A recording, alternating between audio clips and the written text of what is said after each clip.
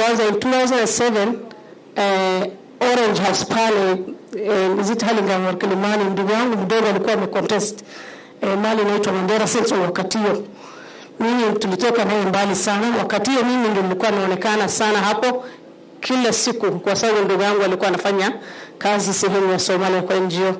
Sasa tumetoka naye mbali sana. 2007 we fought, lakini hata hiyo tunajua vile tulikosa. Hatukukosa, lakini mnajua tu vile hali ilikuwa.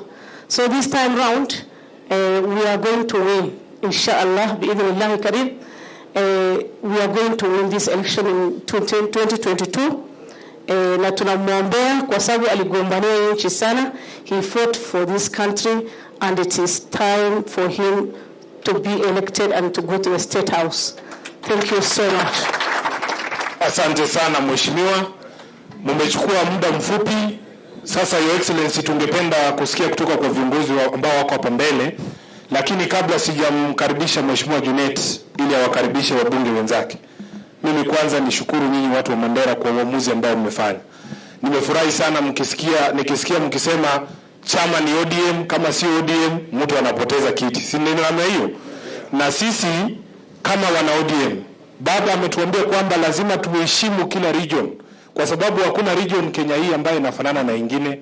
Ile mfumo ya nomination ambayo unatumia Western sio sawa na mfumo ya nomination ambao unatumia kule Northeastern, kwa sababu huku kwenu huwa mnaweka mbele sana mambo ya consensus. Si ni kweli? Kwa hivyo sisi tunataka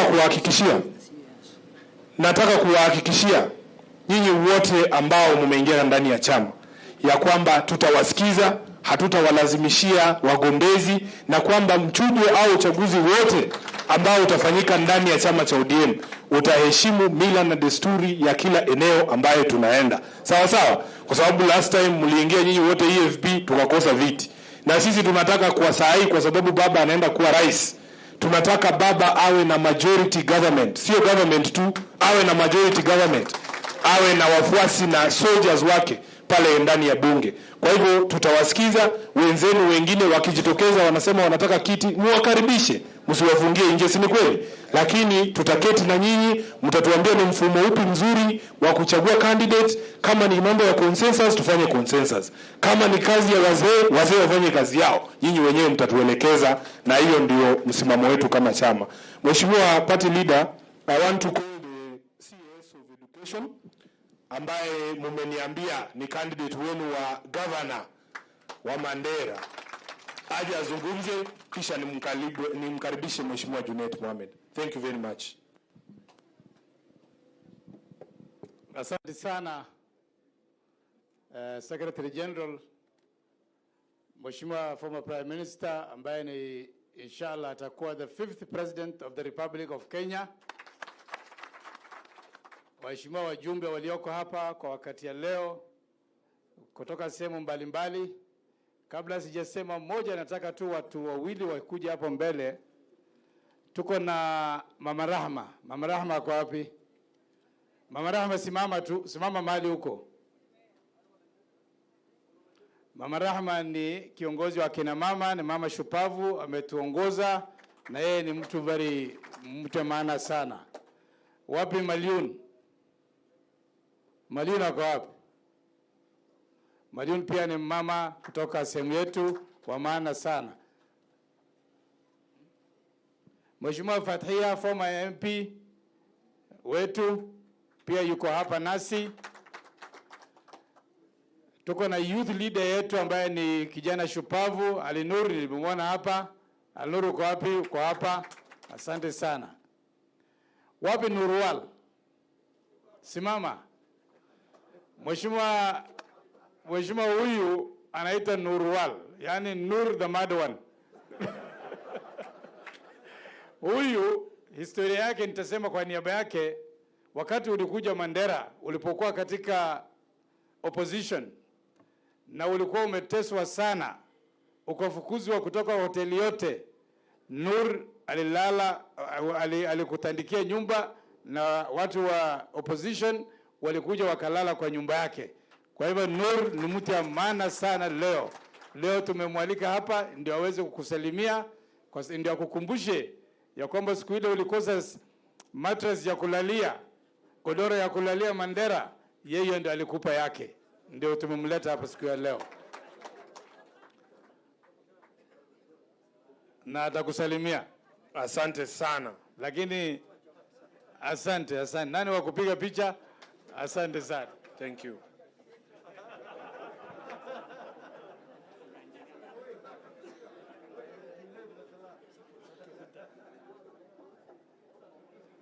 Asante sana. Kuja.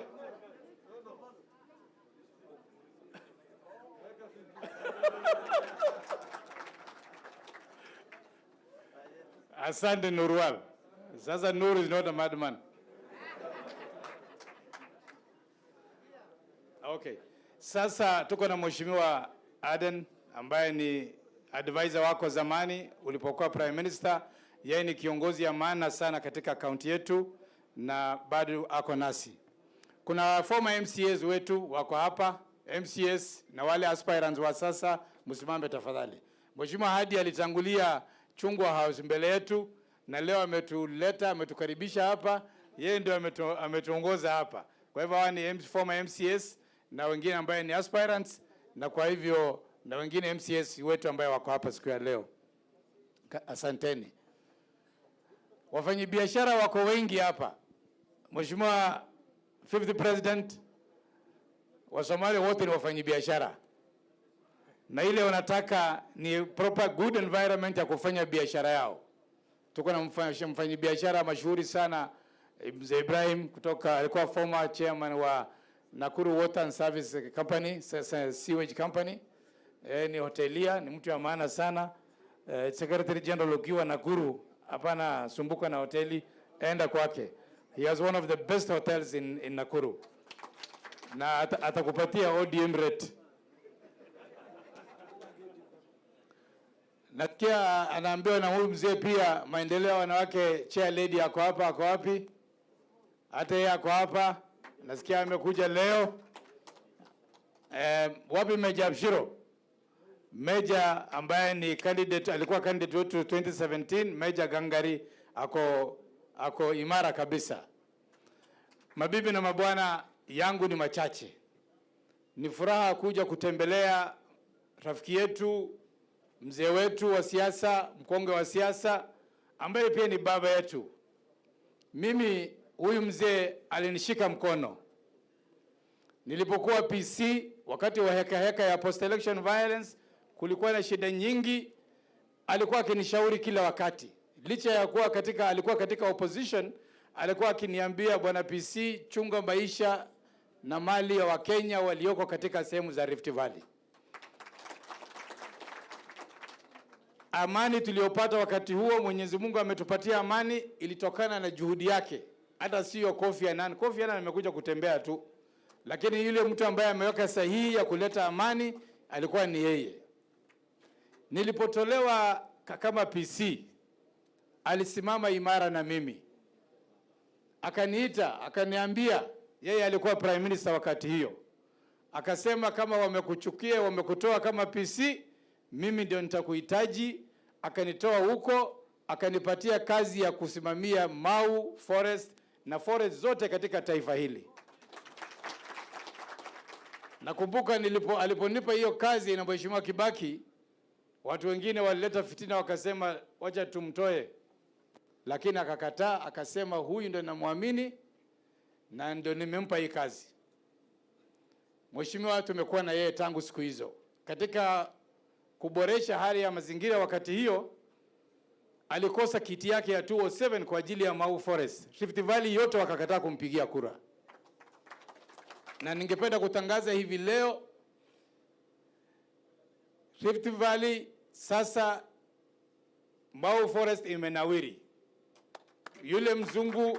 Yule mzungu mheshimiwa ambaye alikutembelea pamoja nami wakati ulipokuwa hospitali Nairobi Hospital, tukakuletea mche wa seeds ya miti ulipanda hapo.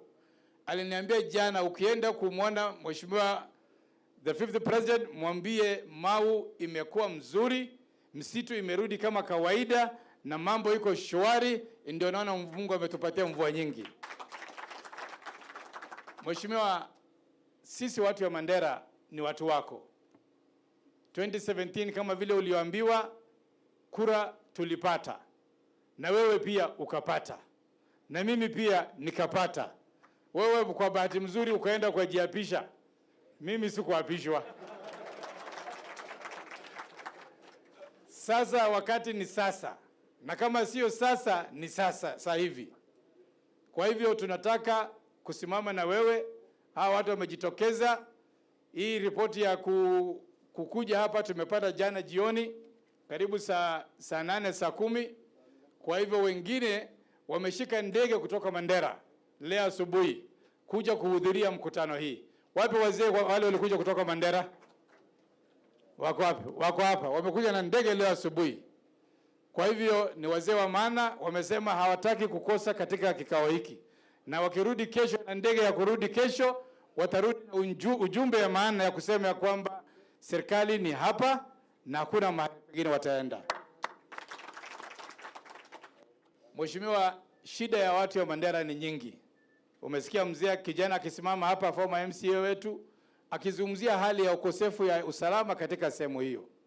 Na nina hakika Mungu akitujalia, ukishikana pamoja na gavana wako ambaye alikuwa PC wako wa zamani, ambaye amesimamia imara katika hali ya usalama katika Rift Valley, hautakuwa na shida yoyote katika sehemu hiyo. Utalala salama, sisi tutaongoza nchi bila tatizo yoyote. Shida ni mingi, kuna ukame, mambo ni mingi. Mambo haya ambayo yanazungumziwa ya kusema one shilling, one man, one vote, one shilling, hiyo ni kweli. Kwa ni watu wengi, lazima utahitaji pesa mingi. Lakini nasi pia, sisi pia ni one man, 1 kilometer, 1 shilling. Kwa sababu tuko hapana 1 camel, ni 1 kilometer. Kwa sababu nchi yetu ni kubwa. Ukichukua nchi kama Rwanda, Rwanda inaingia katika Mandera County mara moja. Ukienda Marsabit inaingia mara 3. Ukienda Wajia inaingia mara 3. Kwa hivyo it is 1 man, 1 kilometer, 1 shilling. Sisi hiyo ndo tunataka. Na wewe serikali yako tunajua kwamba hiyo serikali itatuongoza kwa njia inayofaa. Sisi tunataka amani. Mheshimiwa 5th President, wewe ulisimama kura mara nyingi sana. Na mimi nakumbusha watu wangu. Yeye amesimama mara nyingi na kila wakati amempatia mkono mtu wake ambaye amemshinda katika kura. 2007 ukashake hands na Mheshimiwa Kibaki. Before that ulishake hands na Mheshimiwa Moi kwa sababu unapenda amani. Mheshimiwa Uhuru naye umemsalimia the handshake. All this you have swallowed your pride, you have swallowed all the problems you have had in this country na ukaendelea kufanya hiyo. Kwa hivyo sisi tutakuwa na wewe, serikali ni hapa, hakuna mahali tutaondoka. Tuna hakika ya kwamba Mungu atatusaidia, tutaingia katika serikali hiyo. Kwa hivyo ujue ya kwamba una wananchi ambao watakupigia kura kwa dhati katika sehemu hiyo. Na ujumbe wetu itafika katika kila mahali wa Northeastern Province. Thank you so much na Mungu awabariki. Asante sana. I wish you all the best, Mheshimiwa Nur. Your Excellency, unajua wale wenzetu wakiona hawa ndugu zetu wamekuja vile mmekuja namna hii. Hii ndio vitu inaingiza watu baridi. Sasa wakisikia pia Mandera iko ndani ya ODM, hiyo ndio inaingiza wao baridi zaidi. Si kweli? Umeona wameanza kuandika mabarua, wanaandikia IBC wanasema mtoke kwa ile committee. Hawatutaki CSS wakae na nyinyi. Tunataka kuambia ndugu zetu, uchaguzi haifanywi kwa niaba ama kwa ajili ya IBC. Uchaguzi unafanywa kwa niaba yetu sisi kama Wakenya. Na tukiwa tumeweka pamoja timu zote ambazo zitahakikisha kwamba uchaguzi huu utafanikisha ama utafanikishwa, sio kitu kizuri kusikia kwamba wao wanatoroka, wanataka wafanye mambo yao kwa kona peke yao. IBC watahitaji hawa vitengo vya usalama. Si ni kweli? IBC wanahitaji hata hizi kampuni za mawasiliano ili kufanya nao kazi. IBC hata wanahitaji idara za mahakama kwa sababu mambo ikienda mrama huko ndio kesi zitaelekea. Kwa hivyo hii election preparedness inatuhitaji sisi sote, na wasitishwe na watu ya UDA. Unajua UDA wameandika barua moja, Chebukati ameingia baridi. Serikali iko hapa. Si nyinyi wenyewe mmesema namna hiyo? Serikali iko hapa ama iko huko? Sasa wewe unasema you are an independent body na unatishwa na chama ambaye imeanza juzi iko na mjumbe moja. Hiyo ni independent kweli? Haya, mimi nimemaliza mambo yangu, nataka nimkaribishe Mheshimiwa Junet Mohamed aendeleshe kipindi kutoka hapo.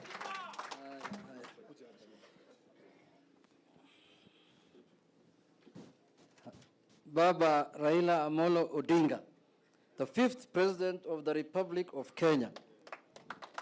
Watu wa Mandera, assalamu alaikum. Hamjambo.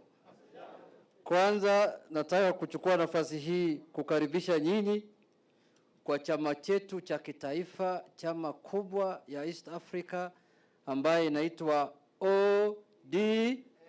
Sema ODM. ODM. Bas.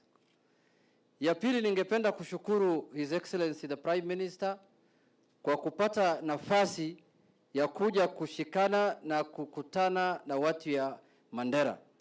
Kwa sababu muda yake siku hizi ni fupi sana, shughuli ni mingi, kazi ni mingi, kampeni iko mingi.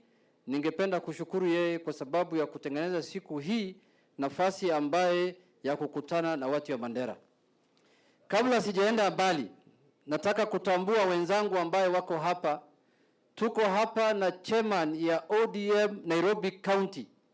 Chairman mwenyewe anaitwa George Omwera Aladwa. Na sio chairman hivi hivi, ni chairman ya Nairobi. Tuko hapa na jirani yangu mbunge ambaye mimi ni Suna East, yeye ni Suna West. Sasa hiyo inakuja Suna yote, na hiyo ni mosquito mbili ambaye iko kwa kikapu moja. Anaitwa Peter Francis Kamasara Nyakwarutuoma. Ya karibu sana.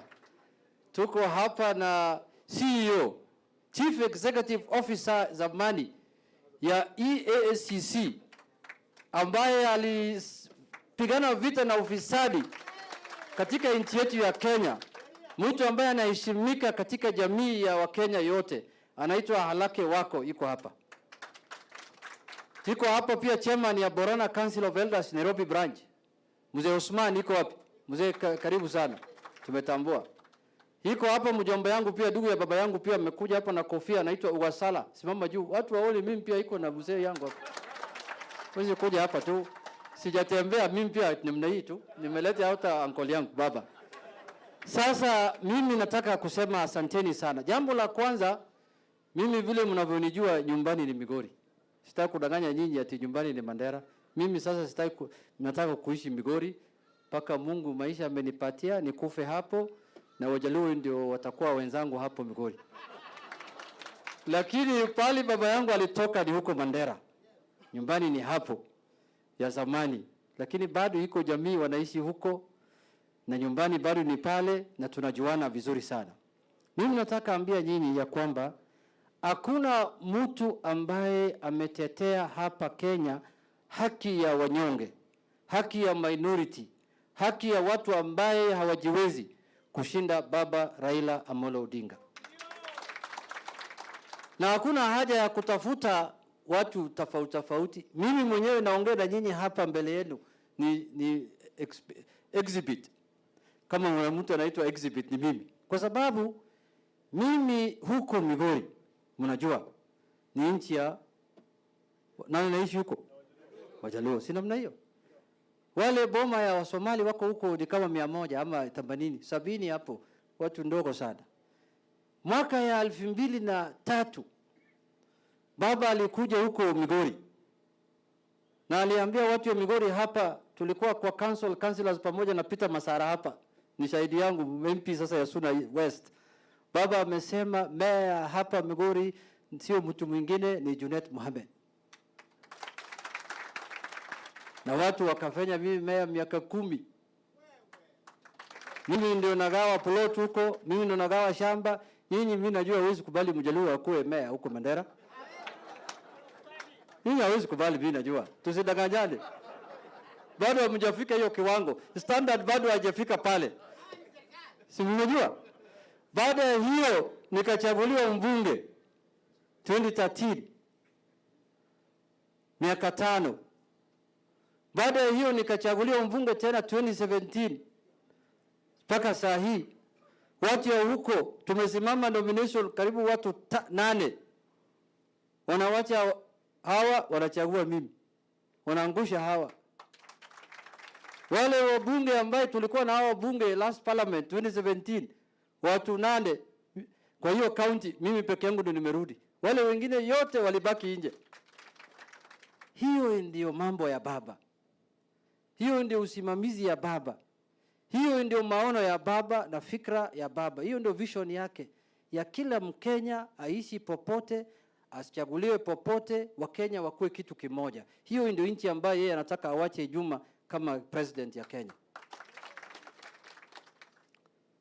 Yeye hana ukabila, yeye hana ubaguzi ya kijinsia, kidini, kirangi. Mimi ni Muislamu, wale wananichagua ni Wakristo, 99.9% ndio wanachagua mimi. Hiyo yote imefanyika kwa sababu ya maono ya baba. Yeye ndio amekuja Migori na akaelekeza watu kwa hiyo barabara. Amesema ya kwamba mimi nataka Wakenya wajisikie kila Mkenya pale ako, yeye ni Mkenya. Mnakumbuka huko Kisumu walichagua Muhindi? Si mnakumbuka? Sasa yeye ni mbunge miaka 15. Shakil Chapir. Sasa mimi sitaki kuambia nyinyi mchague baba. Hiyo ni kupenda kwenu, kwa sababu wale watu ambao wanasimama na baba ni tofauti yao yeye na wale wengine ni kama usiku na mchana. Sasa kama wewe unataka kukaa kwa giza, hiyo ni shauri yako. Kama unataka kukaa mchana namna hii peupe, ni mapenzi yako. Wangapi hapa wanasema baba aendelee? Watu wa Mandera, mimi najua nyinyi mnapenda baba, na mimi sitaki kuongea kama vile nyinyi mnaongea. Mimi najua nyinyi mlikuwa mnapigia baba kura kwa wingi, lakini kura yake inaibiwa kila uchaguzi. Wezi wako wengi huko, kura yake ifiki Nairobi. Mimi najua mlikuwa mnachagua yeye, hiyo ndio ukweli. Lakini huko ni mbali, kura inapotelea hapo katikati, haifiki Wajia kwa hewa. Safari hii nataka mchunge hiyo kura, mpige kura kwa fujo, kwa sababu mwenye macho aambiwi tazama, mwenye masikio aambiwi sikia. Serikali ambayo inakuja inshallah kwa mapenzi ya Mwenyezi Mungu ni serikali ya baba Raila Amolo. Kwanza nataka mshike hiyo jina kwa njia, msisema Raila Amolo Odinga, the fifth president, si namna hiyo? So kwa hiyo machache mimi nataka kusema asanteni sana. Tutakuja huko Mandera. Hii ni mkutano tu hapa Nairobi. Baba ako na mpango ya kukuja Mandera, Garissa, Wajia, Marsabit na Isiolo. Sasa nataka nimpatie Halake dakika moja aje wasalimie kama mtu yetu kutoka Isiolo. Yeye pia atoe sauti yake hapa. Chief Executive Officer ya EACC. Unaona vile ODM hataki watu ambaye wafisadi, wanachukua wale wanapigana na ufisadi. Asante sana. Asante sana Mheshimiwa Junet, Mheshimiwa Raila Odinga, baba ya demokrasia, baba ya maendeleo, baba ya governance kwa kimombo na human rights. Tunajua. Tunashukuru siku ya leo Mwenyezi Mungu akatupa nafasi hii. Sisi kutoka Isiolo hatujajipanga vile Mheshimiwa Nur amemobilize watu wote. Lakini jambo moja, kwa vile hata wazee wengi wao hata nusu yao wanapiga kura Isiolo, kwa sababu mabibi yao wako Isiolo ninajua, na watoto wao. Kwa hivyo nusu ni wangu, si wa Hassan Nur pekee. Mfahamu hivyo. Jambo la pili ni kusema ya kuwa sisi tuafurahi kujiwasilisha hapa siku ya leo kuwa katika nafasi hii ya kujiunga na chama cha ODM. Jambo moja mtu akiwa Mkenya anafahamu ya kuwa tangu uhuru, mimi ninajua tu kuna vyama viwili peke yake vimekuwa vyama. Vingine vyote ni seasonal clubs za convenience tu ya kura. KANU tangu zamani, baadaye ni ODM.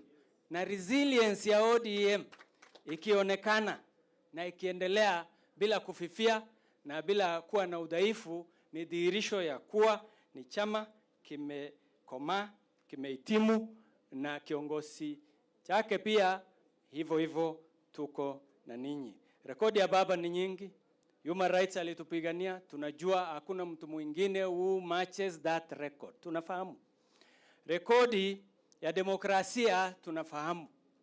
Mimi nilikuwa commissioner wa National Cohesion and Integration baada ya post-election violence. Na nilipokuwa ni viongozi pamoja na wajumbe waliniteua kuwa mmoja wa makamishna tukidumisha amani. Siku moja niliandamana naye tukienda Marsabit, nikiwa kwa ndege yake, nikiwa commissioner, tukienda kulaunch barabara kutoka Marsabit na kuelekea Moyale. Leo ni lami tunatumia. Kabla ya hapo akiwa waziri nilishirikisha, kwa sababu nilikuwa katika shirika la Oxfam, tukitembea. Ni nani yuko hapa tuliokuwa tumetembea kutoka Moyale hadi Nairobi kuomba barabara? Kuna watu? Mimi nilikuwa. Ndio Haji pia alikuwa, wazee hao wote tukatembea, tukafika, tukaweka memorandum kwa ofisi yake. Hiyo ndio katuletea lami kutoka Isiolo hadi Moyale. Tunashukuru. Na tunajua kama ameendeleza sisi kwa kiwango hicho akiwa katika kile kiwango alikuwa, na akiwa rais je? Mandera mpaka border post 1 tutakuwa na lami, maji tutakuwa kila mahali, maendeleo ya kila hali yote. Mimi ninafahamu ya kuwa tuko katika mstari mzuri, taratibu nzuri na mwelekeo mzuri zaidi katika siasa tukijikuta hapa. Tumeambiwa mara kadhaa, wengine wenu mnajua, sisi hasa watu hapa Eastern Waborana hatuko katika mstari wa ODM ama serikali, na wengine tuko UDA, tuko hivi na vile. Mnajua, hawa wazee wengi wote wanajua, sio ukweli anayesema hivyo. Sisi tuko katika mstari huu, tuko mbele tukielekeza, tutasimama imara na tutahakikisha ya kuwa tuko katika katikati ya chama hiki na hatuendi periphery, tutakuwa katikati kabisa. Wazee wa Isiolo wakiongozwa na chairman yao hapa Bwana Osman amesimama, wengine wao wako hapa wengi. Mama aliyekuwa anatushirikisha hapa Isiolo na Nairobi, Mama Amina, mnajulikana kwa muda mrefu, hata alikuwa kwa City Hall, na secretary wa ODM, na watu wengi wako hapa. Hata aspirants wa Isiolo wale wanataka kuwa wajumbe wako hapa wengine. Kwa hivyo Mama Amina ndiye huyo hapa anakuja, amejulikana kwa siasa ya Nairobi na pia Isiolo na Marsabit kwa muda mrefu. Kwa hivyo mimi ni hakikisho ya kuwa tuko katika mstari wako, tutaandamana na wewe. Watu wa eneo hilo wamekupigia kura kwa fujo, kwa wingi, hata hapo mbeleni vile wazee wa Mandera wamesema. Pengine kulikuwa na kukata kona hapa na pale. Mara hii tutaandamana, tutahakikisha sisi wenyewe tumeweka kwa debe, tumelinda, tumeandama na tukatangaza. Kwa hivyo tunahakikisha tuko na wewe na maendeleo pia tunangojea hivyo, na tuwashukuru. Asante sana na asanteni nyote. Asante sana bwana CEO. Kwa kumalizia, nataka kusema jambo moja sasa, ya kwamba sisi kama ODM tunataka IBC wafanye uchaguzi ya haki na ukweli. We want free, fair, credible, verifiable and accountable election. And we are telling Chebukati that we are watching you very keenly. Sisi usifikiri tumenyamaza, hatujui kitu gani inaendelea. We know what is going on and we know what is happening. Sisi tunataka, we are not interested na vitisho. Chama gani ameandika barua, chama gani hajaandika barua, that is none of our business. What we want as ODM is free, fair, credible, verifiable election. Nataka kuambia Chebukati ya kwamba hatujasahau vile ulibangle election yetu 2017. Vile tulienda Supreme Court. Supreme Court ika nullify hiyo election, na baada ya kunalify hiyo election Supreme Court ikasema mabadiliko ifanyike ndani ya IEBC for the second repeat election, na walikataa kufanya hiyo mabadiliko. Hatutaki kurudi kwa hiyo barabara. Hiyo barabara ndio maana handshake ilifanyika, so that this country can for once go away from electoral violence. For once this country can have free and fair election. That is why BBI was talking about electoral reforms. That is why BBI was talking about inclusivity. Tunataka IEBC wafanye uchaguzi ya haki na halali. Tunataka IEBC wafanye uchaguzi kama wana mpango ya kufanya uchaguzi kama 2017. Bana Chebukati, we are watching you and you know the real colors of ODM. Unatujua bana, sio sisi sio wageni kwako. ODM sio wageni kwako Chebukati. Tunajuana. Tafadhali don't provoke us. Please, don't provoke us. We want you to conduct a proper election. Mambo ya vitisho ndogo ndogo hii, we don't want to know what multi-sectoral committee is doing their work, what multi-agency. That is none of the business of ODM. ODM is not in government, they are not part of government, and they are not interested in the relationship between government and IEBC. What ODM is interested in is free, fair, credible, accountable, verifiable election. That is what ODM is interested in. Chebukati, we are doing press-ups. Ujue namna hiyo tunafanya press-ups ndugu yangu. Kwa hiyo machache nataka tusimame juu, tukaribishe Baba Raila Amolo Odinga. Tupige makofi baba, karibu. Karibu Your Excellency. Uongee na watu ya Mandera. Hello. Asanteni sana. Assalamu alaikum warahmatullahi taala wabarakatuh. Asanteni sana. Karibuni sana, karibuni Chungwa House. Nimeona nyuso nyingi ambazo mimi najua hapa.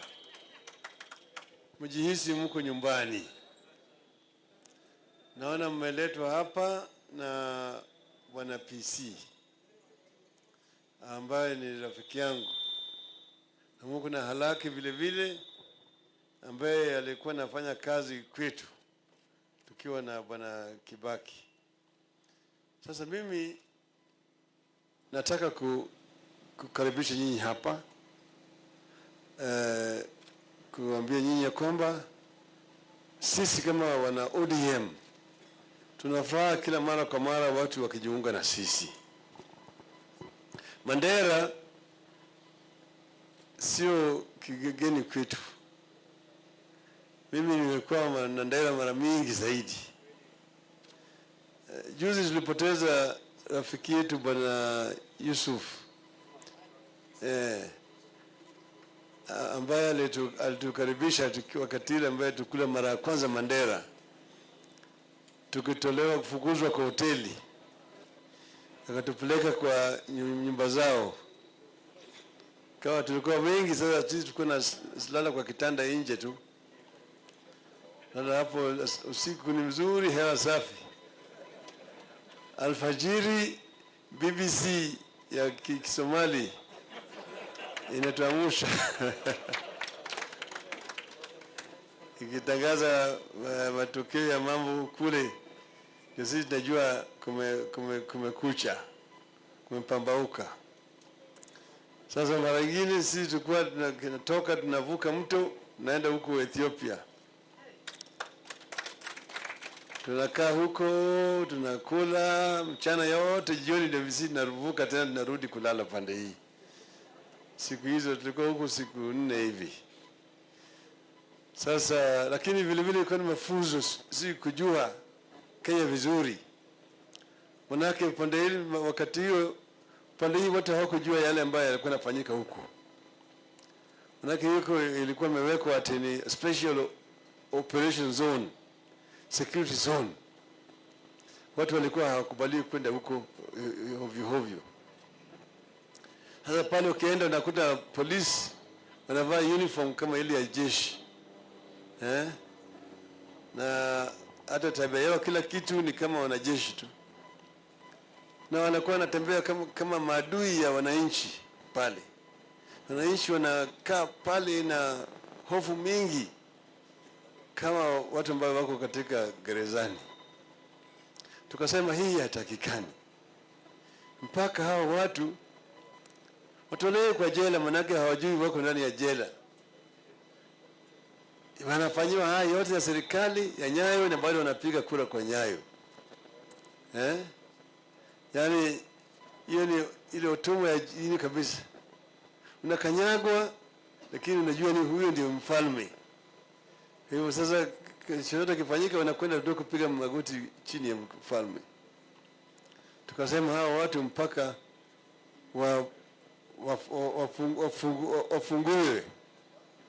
wafunguliwe ili wawe huru kama Wakenya wengine. Ndio sababu sisi tupigania tuwe na katiba mpya.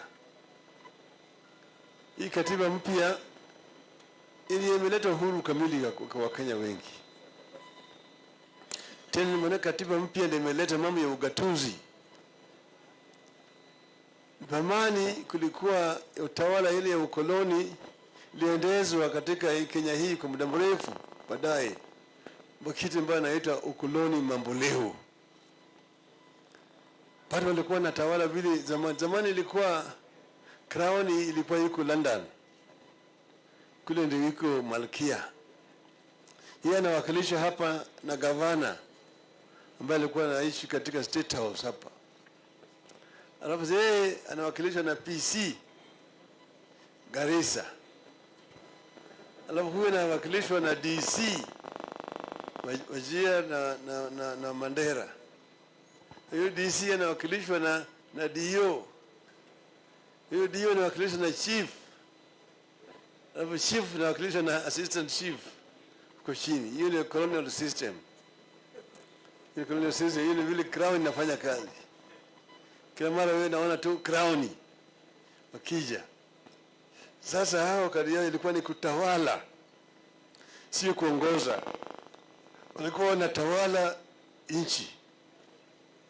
You're being ruled. You're not being led. Sasa baadaye wakati hiyo koloni ilikwisha, ikatoka sasa kaja serikali ya Mwafrika, lakini hiyo system ya koloni ilibaki hivyo hivyo. Sasa wako pale, lakini hakuna mambo ya maendeleo wanafanya.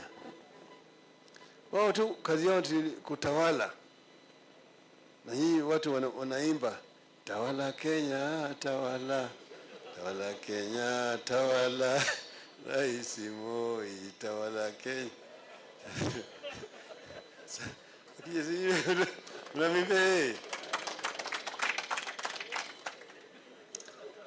Mnaimba yeye atazidi kutawala nyinyi. Sasa afale iko tu fimbo ya utawala ndio wanakuja nayo. Wakija kwa baraza ya machifu, kazi yao tu kuja kutoa onyo kwa wananchi. Ati maneno ambayo yametoka Nairobi, serikali imekasirika sana na mwenendo ya watu katika eneo hii. Wale wote ambao wanabeba siji maslaha, wale wengine ambao wanatafuna miraa, hatua kali itachukuliwa dhidi ya watu kama hawa wakipatikana. Hiyo ndio ilikuwa ni kazi yao kwa muda hiyo mrefu. Sasa sisi tukasema tubadilishe hii, tulete utawala ya wananchi. Tukaleta mambo ya ugatuzi, ambaye sasa muko na gavana ambaye amechaguliwa na wananchi, sio ambaye anateuliwa kutoka Nairobi. Manake zamani alikuwa anaweza kufanya baya kwenu hapo, kama nyinyi mnalalamika, anakuwa transferred, mwingine analetwa hapo. Sasa kama unasikia ni anatakuwa transferred, tena anakuwa promoted kule ambaye ameenda. Sasa nyinyi mko na nguvu na uwezo ya kuchagua gavana, na tena mnakura tena ya kumtoa kama nyinyi mnataka, sio? Hiyo ndio demokrasia. Alafu tena nyinyi mnachagua wale ma MCAs ambayo wanaenda kuwakilisha nyinyi katika bunge ya county. Tena mnachagua wabunge ambao wanakuja kuwakilisha nyinyi katika bunge ya taifa hapa Nairobi. Hiyo imekuja kwa sababu ya katiba mpya.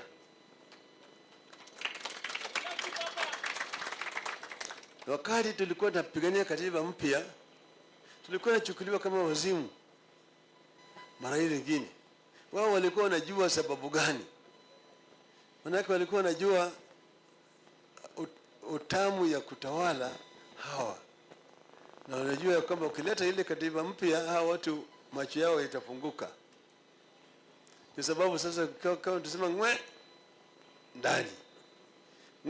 ndani na sisi vile tunasema hata wafanye nini, lazima tutaleta katiba mpya.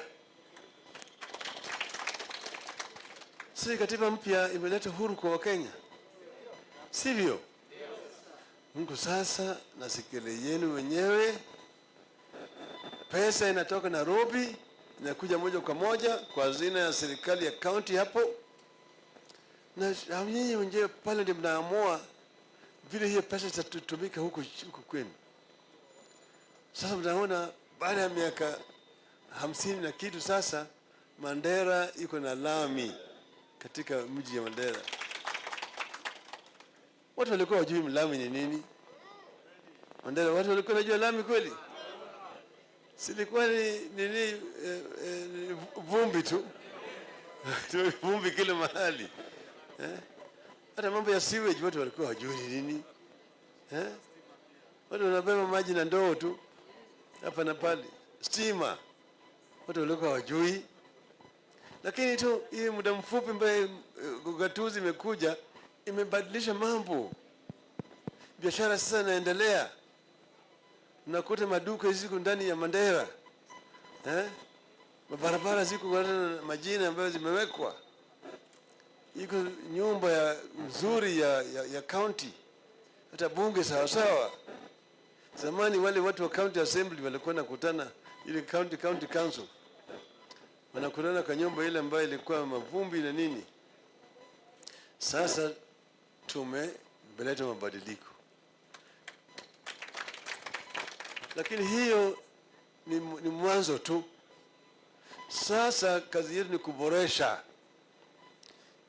ili ipanuliwe, kazi mingi iweze kufanyika huko chini. Kuna mabarabara ambayo hatakikani ziwe ni barabara ya serikali ya Nairobi. Nataka hizo mabarabara ziwe jukumu ya serikali ya county. Ndio sababu katika BBI tulikuwa tunasema tunataka kupandisha pesa ambayo inakuja mashinani kutoka 15% iende mpaka 35%. Sawa? Ili serikali ya kutosha kufanya maendeleo.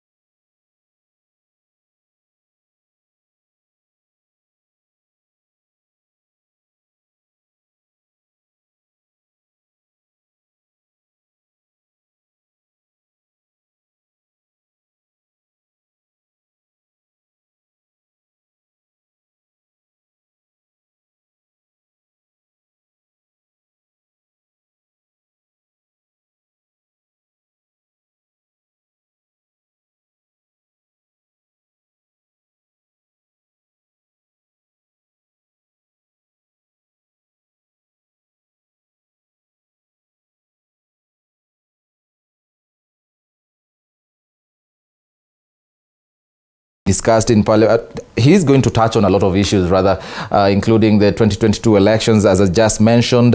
There's also the issue of the COVID-19 pandemic, the state of our economy, and this comes at the backdrop of the handshake between him and Raila Odinga, the ODM leader, and so a lot. Also, he's expected to talk about, you know, the progress that that particular event, gave forward to the country. I understand that now we have reconnected to our reporter Liz Mutuku. Liz, if you can hear me, what is the latest from Parliament?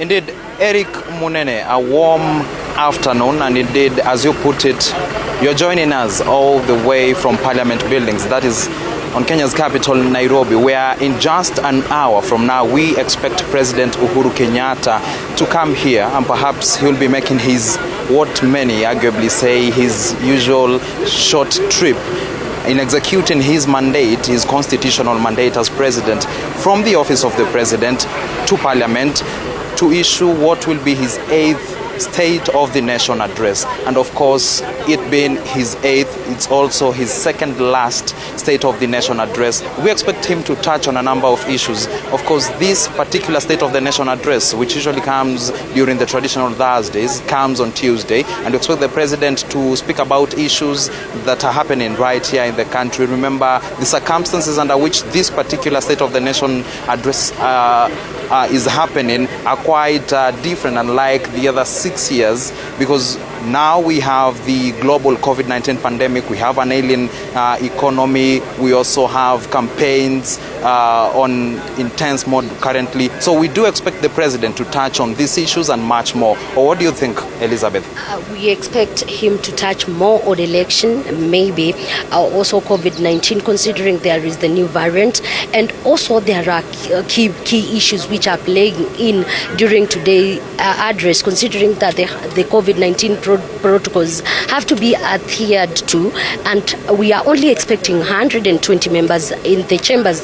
But the question is, what was the criteria of choosing these members of parliament? Now we are joined one-on-one by my majority whip, that is Emmanuel Wangwe. Thank you, leader, for finding time to speak to us. If you can make your way on the set and tell us what was the criteria of coming up with these 120 members in the chambers. Thank you very much. I'm very grateful to this afternoon. You know very well we are bicameral. We have the Senate and the National Assembly. Out of 120, we are going to have 26 MPs who are from the Senate, and the remaining will now be coming from the National Assembly. National Assembly, we have made provisions for the chairs, the House Business Committee, the leadership of the National Assembly, and the rest are now going to come in. As they come in, they get the seats until when all the seats will be full. I understand also there are key issues which you are expecting as a leader and also as a member of parliament, the president to touch on today. Which are some of these things you are expecting? Thank you very much. I expect in the presidential speech that he's going to touch on the COVID-19. He has to give us the synopsis of where are we today. We might be feeling that we are safe, yet maybe there are issues which the government knows. So we expect the president to tell us where are we in terms of COVID-19. We expect him also to give us a highlight of the new variant. Maybe is he going to be precautionary, or what is he going to say about it?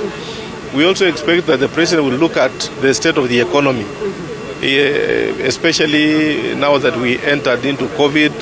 We assume a post-COVID scenario. What is it that he is doing as a government? I'm also looking at the president touching on the state of security of our country. Now that Ethiopia is where it is today, Somalia is where it is today, and they are our immediate neighbors. So we expect the president to give us a highlight on where are we in terms of our state of the nation security preparedness. Finally, I expect the president to look at the issues of education, especially the CBC. He has given us 10,000 classrooms as an immediate measure to make sure that junior secondary school in terms of CBC is matched up with. So I expect him to give us another highlight. What is he expecting to, how is he hoping to navigate the country through the CBC? And finally, maybe he can tell us, maybe how ready is he to oversee the general election? How is he looking at the future of the country? Of course, he's a statesman, and I adore him as one of my greatest political mentors in this country. I don't have any other issue as far as that is concerned. Thank you so much, Leader. We're looking forward to talk to you after the address. Those are some of the issues leaders are expecting, and also members of parliament are expecting that the president is going to touch on or during his presidential address. But then, considering that we are heading to electioneering period, we also expect to hear from members of JLAC maybe what they are expecting the president to touch on concerning the election. Thank you so much for finding time to be with us today. I understand we are heading towards electioneering period. What are some of the key issues you're expecting to come out of presidential address today? Thank you. First, the president is addressing us in accordance with the Constitution. Article 132 expects that once every year, the president will address members of parliament on behalf of the people on measures that he and his government have taken for the last 1 year and which they intend to take moving forward. As such, one issue that I expect the president to tackle is the question of security. Security includes the daily security of every Kenyan. It includes an assurance that we will have security during the elections next year. And it includes an assurance that any eventuality would be dealt with within the law. I also expect the president to give assurances in accordance with Article 10 on measures the government has taken in terms of national unity, in terms of transparency and like matters. A key component of that is the idea that the term limit of the president is 2 terms. And I expect the president to reiterate, which he has said previously before, but there are those who keep bringing all sorts of issues. Just a reassurance to Kenyans that when the day comes after the next elections in August, he will hand over the reins of power to the person who will have been elected the president, the 5th president of the Republic of Kenya. I expect the president to deal with matters of health, especially the issues of COVID, and address specifically the measures that have been taken so far and measures that are to be taken to ensure that this new wave of Omicron that has arisen in South Africa, this new variant, does not find its way to our republic. I also expect the president to focus on matters education. COVID tremendously affected our education sector and put the students quite behind in terms of their term preparations. I expect the president to give all sorts of reassurances that relate to education. In terms of preparedness again, I expect the president just to encourage Kenyans to do their civic duty, to register as voters and to go and vote peacefully, and an assurance that the vote will be legitimate. The rest of it he cannot do because that is for the IEBC and other relevant agencies that are constitutionally charged with that task. That's my expectation. In your own opinion, what do you think is the president's legacy? And because we expect him to touch on that too today. For us, as a member of ODM, we resolved since the handshake to work with the president. That does not mean that we take responsibility for either the failures or the successes of the government. It only means we have resolved to support where we can, to the extent that that support can help Kenyans and help them realize their own dreams. In my view, I think the greatest legacy of this government would be infrastructure. I think they've done quite well in terms of infrastructure, particularly roads. I think that even the idea of the SGR is a good idea, even though it has costed at more than it should have costed, but it's a good idea. So I think in terms of infrastructure, they've done relatively well. I think that the president has also done relatively well in terms of his effort at reaching out across the board. It would not have been imagined that the president and his closest rival would ever come to shake hands, for the benefit of the country. Many people do not seem to know, but if we had continued on that path, I doubt if we would still have a country called Kenya.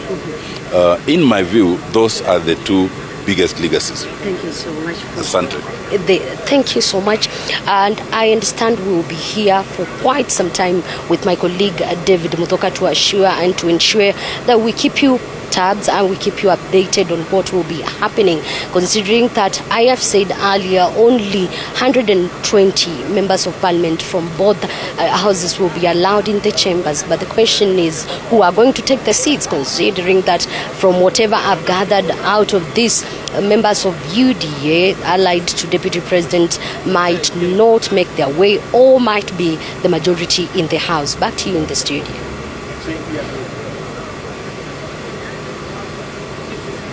Well, thank you, Liz. Thank you, Muthoka. I'll be engaging you later on as you help me, dissect the president's speech right there. Thank you.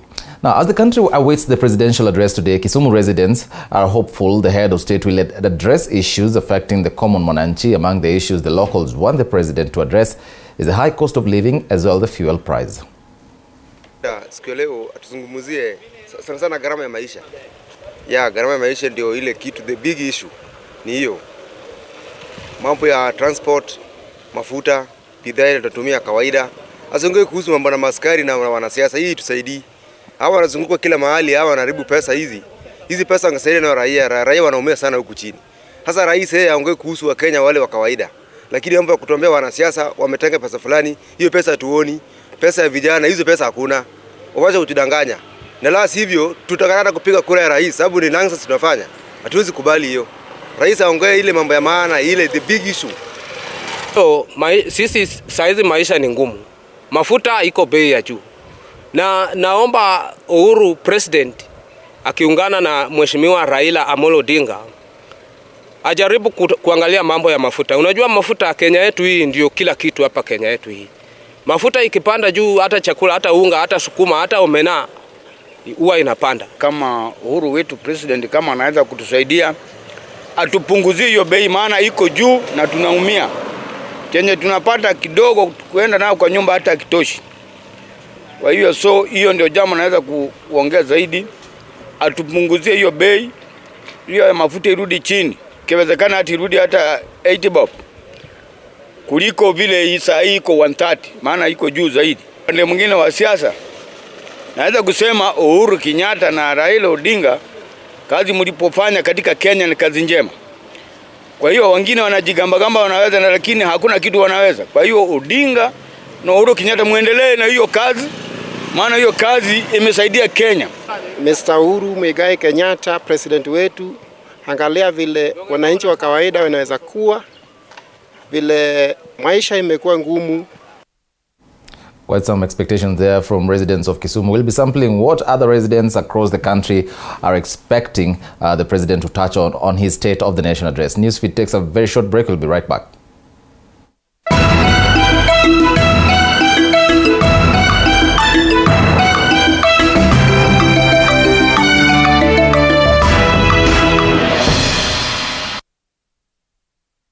You are watching TV 47, the home of untold stories.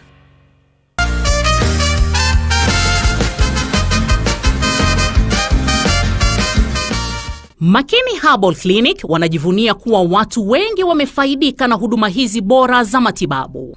Hapa Bwana Wycliffe Wanjala na mkewe Bi Violet Akoth wanasimulia furaha yao na masaibu waliopitia baada ya kukaa kwa ndoa kwa zaidi ya miaka 10 bila mafanikio. Kwa majina najulikana kama Wycliffe Wanjala, mkaaji wa Bungoma.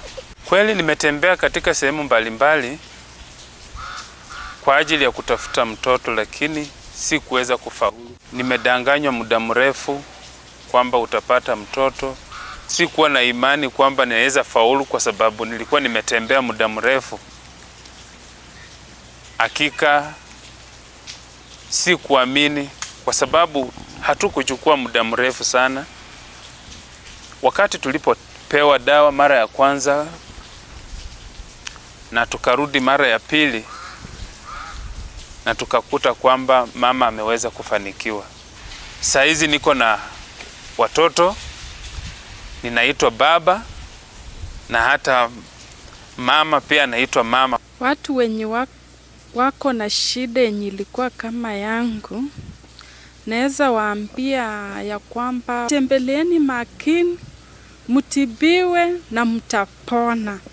Saa hii niko na furata nikitembea nakaa kama mama, na nilikuwa nikitembea yani niko na wasiwasi kitambo. Katika Makini Herbal Clinic, magonjwa mengi yakiwemo sugu hutibiwa. Na kabla ya mgonjwa kutibiwa, anashauriwa kwanza afanyiwe uchunguzi wa kimaabara wa kina, ikiwemo ultrasound na scanning panapohitajika ndipo atibiwe.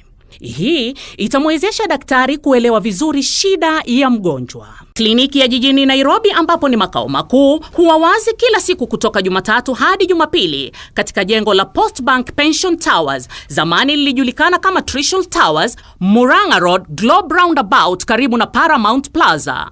Kwa maelezo zaidi wasiliana na Makini Herbal Clinic kwa nambari za simu zifuatazo. Nambari ya Head Office Safaricom ni 0722 510 112 na nambari ya Airtel ni 0734 510 112. Anwani ya barua pepe ni info@makiniherbalclinic.com au makiniherbalclinic@gmail.com.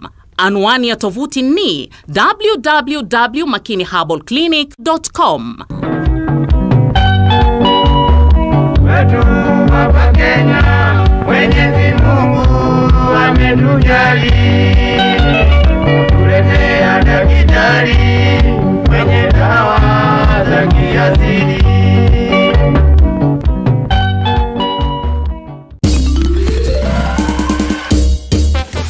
Sona moja imetengenezwa kwa njia spesheli ili kupambana na maumivu kwa haraka. Sona moja ina aspirin kama kiungo. Sona moja, kitulizo kamili.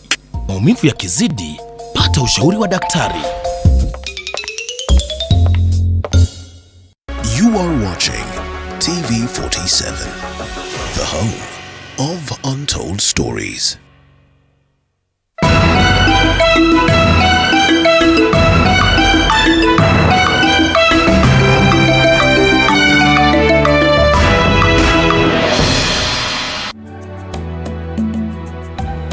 Well, thank you for staying with us. Newsfeed is back.